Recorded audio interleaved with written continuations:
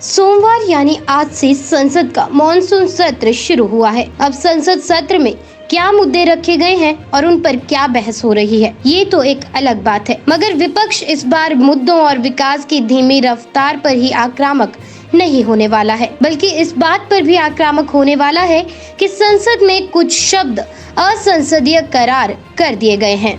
अब ये बात तो वही हुई कि बिल्ली 100 चूहे खाकर हज करने के लिए चली है। जनाब, संसद में बीजेपी की केंद्र सरकार ने उन्हीं शब्दों को असंसदीय घोषित किया है जिन्हें वो कभी खुद इस्तेमाल कर जुबानी बाण चलाया करती थी। वो कहावत भी है ना कि जिसकी लाठी उसकी भैंस। ये बात बीजेपी पर सटीक बैठती है। इन शब्दों की बकायदा सूची जारी की है और इन शब्दों को असंसदीय करार दे दिया गया है। इन शब्दों में तानाशाही, जुमलेबाजी, डिक्टेटरशिप आदि को हटा दिया गया है।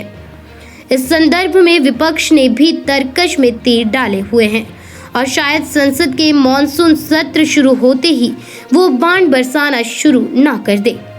बात भी सही है कि बीजेपी के दिग्गज कभी जिन शब्दों को पानी की तरह इस्तेमाल करते थे, तो आज बीजेपी केंद्र की सत्ता में है तो वे शब्द असंसदीय कैसे हो गए।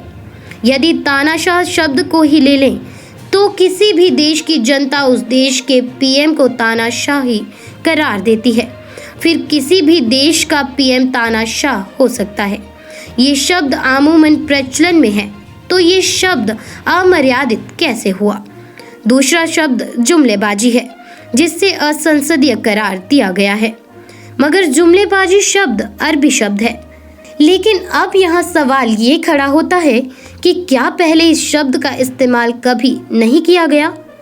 दरअसल बीजेपी सत्ता में है और वो नहीं चाहती कि सत्र में ऐसे शब्दों का इस्तेमाल हो और वो जलील हो। हालांकि जब बीजेपी विपक्ष में थी तो उन्होंने ऐसे शब्दों का ताबड़तोड़ इस्तेमाल किया है।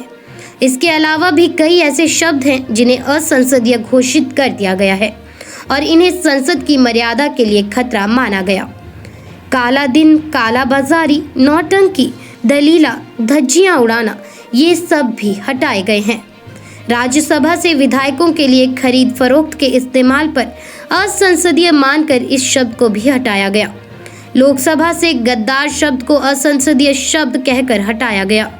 चीरहरण, चोर कोयला चोर, गोरू चोर, जयचंद को हटा दिया गया है। जनाब, अगर ये शब्द असंसदीय रहे थे तो पहले बीजेपी औजार के रूप में इन्हें इस्तेमाल क्यों करती रही।